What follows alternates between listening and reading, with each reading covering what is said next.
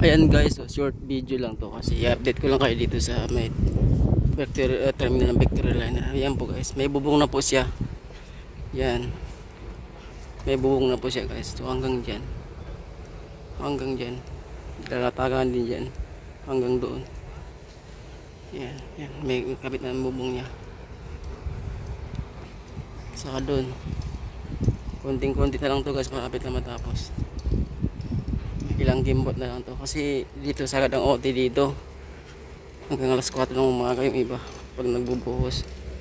Pero guys, may nahulog na dito na tao yung umaakit sa bubong, nalumpo siya guys, taas-taas niya, kaya hindi nakaano yung harness niya.